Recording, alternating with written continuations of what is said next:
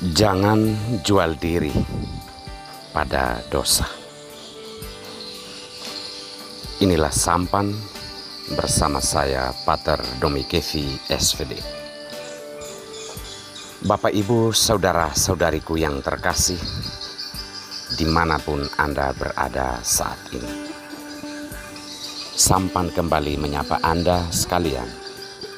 Semoga selalu dalam keadaan sehat, dilindungi dan diberkati Tuhan.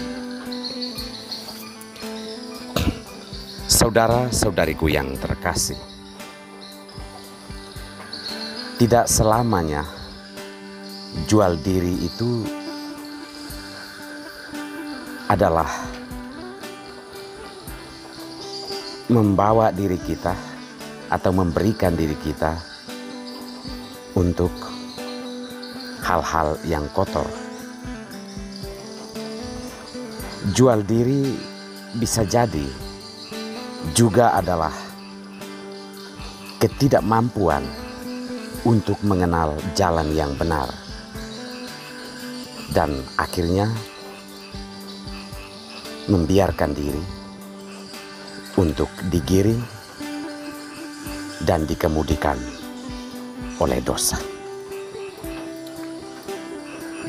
Kalau pada tingkatan dikemudikan atau dikendalikan oleh dosa atau kesalahan, itu pertanda bahwa orang tidak lagi mampu membedakan mana yang benar, mana yang salah.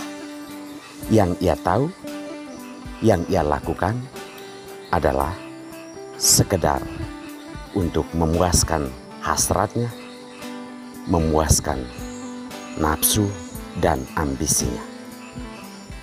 Di sini kita bisa mengatakan bahwa menjual diri pada dosa artinya ketidakmampuan lagi untuk membedakan mana yang benar, yang harus diikuti, dan mana yang salah, yang harus ditinggalkan.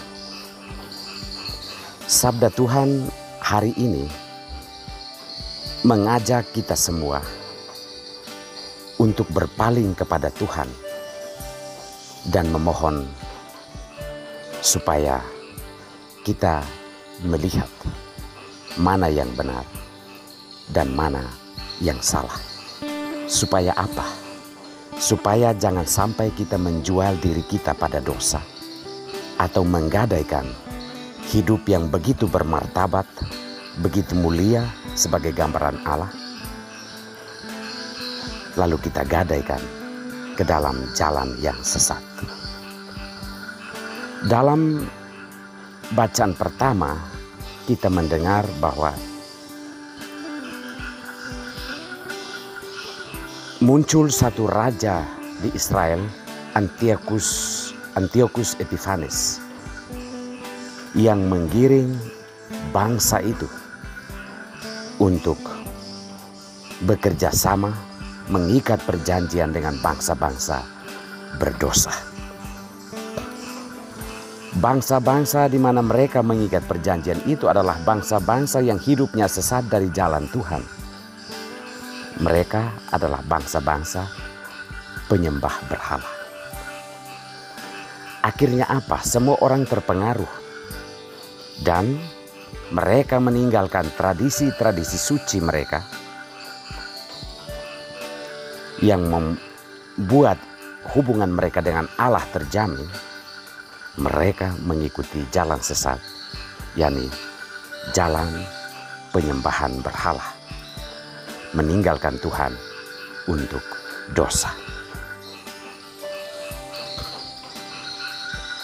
Musibah besar kemudian muncul sebagai akibat dari ketidakmampuan mereka untuk mengenal jalan yang benar yang telah diwariskan oleh Allah leluhur mereka, Allah Abraham, Ishak dan Yakub. Mereka mengalami bencana yang besar. Namun mereka yang bertahan adalah mereka yang memilih mati untuk tetap setia pada jalan yang benar, ketimbang harus mencemarkan diri dengan mengikuti bangsa-bangsa asing yang menyembah berhala. Dalam bacaan Injil kita mendengar ada seorang yang buta. Kerinduan terbesarnya adalah semoga ia dapat melihat. Ketika berjumpa dengan Yesus, Yesus bertanya kepadanya, "Apa yang engkau mau ku perbuat bagimu?" Ia mengatakan, "Tuhan, semoga aku melihat." Apa yang dikatakan ini mewakili seluruh kerinduan terdalamnya, bahwa selama hidupnya ia tidak mampu melihat hal-hal yang indah, hal-hal yang benar, dan ia mungkin juga merasa jenuh dalam kebutaannya. Maka kerinduan terbesar itu juga menunjukkan hasrat bahwa ia mau kembali ke jalan yang benar, supaya ia mampu melihat hal-hal yang benar. Karena kerinduannya itu adalah hal-hal yang benar, maka tidak ada alasan bagi Yesus untuk menolak orang yang mencari kebenaran, orang yang mau melihat kebenaran. Yesus langsung mengatakan, "Pulanglah, semoga engkau melihat. Pulanglah, engkau telah sembuh." Saudara-saudariku terkasih, jangan jual diri pada dosa adalah sebuah ajakan, juga mungkin sekaligus teguran bagi kita yang mungkin masih belum mampu membedakan mana yang benar dan mana yang tidak benar.